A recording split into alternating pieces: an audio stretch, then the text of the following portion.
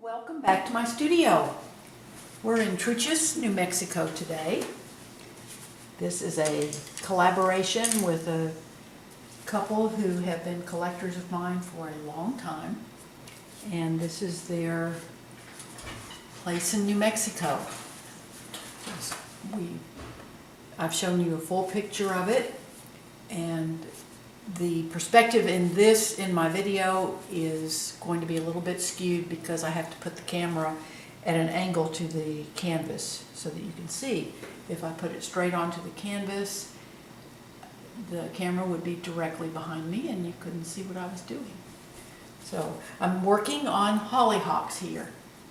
These are pink hollyhocks, and I'm using a mixture of permanent rose plus white. And someone asked me what brand of paints I use, and I use Winton. It's made by Winsor Newton, and it's a good quality paint. It is what a lot of people say it's, let's see, I don't know if that'll be in focus, but it's Winsor Newton Winton oil color. A lot of people say it's a student grade paint. Jack and I have used this for years, and in fact he did $60,000 portraits using the Winton oil colors. The colors are beautiful, brilliant. We've never had any issues with it whatsoever. So you don't need to spend a lot of money on, quote, professional oil colors. These are wonderful, and like I say, that's what I use for all of my paintings. Now there is one color that I do not use the Winton for, and that's my phthalo blue, and I do like the Grumbacher phthalo blue because the color's a little bit brighter than the Winton. And then I also use some of the Grumbacher colors for specialty colors like Severus green and phthalo turquoise blue. There's a few colors that I cannot get in the Winton oil colors, but other than that, I exclusively use the Winton paint. So these hollyhocks, the light is coming into the painting from the right-hand side, so the tops of these hollyhocks will be brushed by the sun. The ones down lower will be more in shadow. So first I paint the big blooms, just get the color up there, block it in, and then I'll come back and I paint the leaves around that.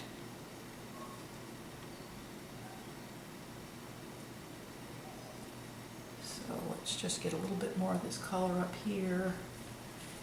And this I'm adding a little bit of magenta into my mixture just to give me some nice darks in the blossoms in here. Just give me a little variation in my hues and my values. In the front are going to be nasturtiums in these pots. But that pink is going to be up against this wall. Then the foliage is Viridian green plus lemon yellow. And I just work this around my pinks, and that helps me to shape the flowers. I paint the pinks first, I paint the flowers first, or block them in first, because this allows for the color to remain nice and crisp and clean. You can see here how my brush picked up some of that pink. If I were to paint the greens first and then paint the pink, the green would seep into my brush would pick up the green and mix it with the pink, and my colors wouldn't be near as vibrant. So there's a method in my application of paint here. This I'm also using just some phthalo blue mixed with liquid original just to give me a nice cool dark in the depths of the foliage.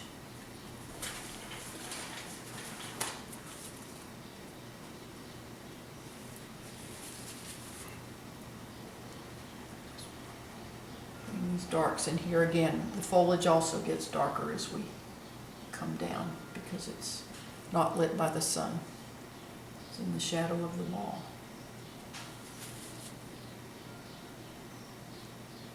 Hollyhocks are just such beautiful flowers, and they grow like just so beautifully in New Mexico. I have tried to grow them in Texas and just never had any luck in our area. So I enjoy them every time I go to New Mexico. They're definitely a Southwest flower. Now this is just a mix of my phthalo blue plus white. Again, just to give me some variation in the foliage and some cools. Give me some darks in there. Now I'm going to bring some of my wall color. And this is mixtures of my mud, which is 2 parts of ultramarine blue, plus some cadmium orange, plus white, plus a little more ultramarine blue. And just let it show through the foliage. I saved it when I painted the wall. And the nice thing about oils is I can save my paint out on the palette for several days and it's still usable, workable. And then I can always go back in and like this, work around my flowers and things if I want to add some little space in here.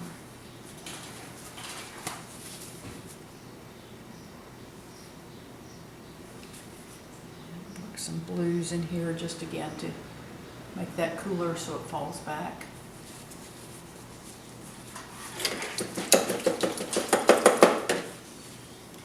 Now I won't show the entire process of painting these, but you'll see how I get them blocked in. But I start adding some light onto these flowers that are illuminated by the sun spilling over the fence. And down here, the sun angles down, so we'll get a little bit of light down here. And then as we move down, these are more in shadow. Now I have to be very careful here because if you'll notice, I'm just gently laying my paint on top of the greens so that, as you can see, my brush picks up that green, and so I don't want to, I have to clean my brush every couple of strokes with tissue paper to keep the color nice and clean. Secret to nice, pretty clean colors on your canvas is keeping your brush clean. And light will catch this one just a little bit.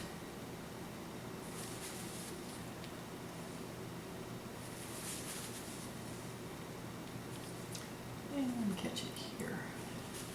Now as it comes down, then we're going to be in shadow. We'll put a little blossom right up there. A little baby blossom.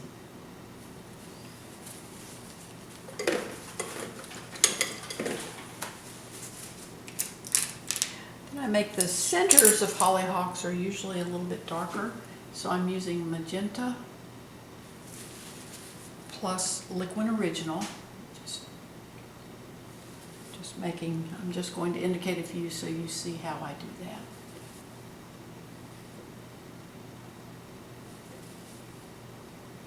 Again, each time I'm wiping my brush to keep it clean.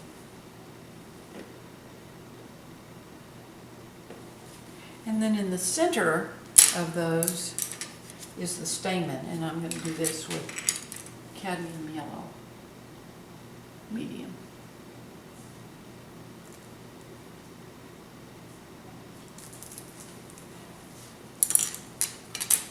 And I'll just continue adding those centers to the rest of these.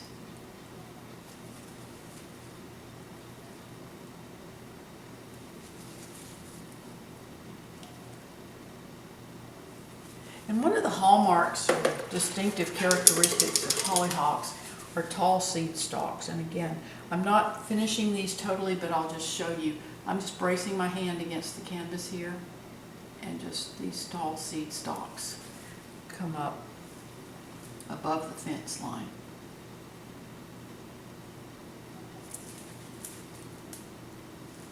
And this is how I do those. I'll show a picture of the hollyhocks finished, but just want to give you an idea of how this goes together.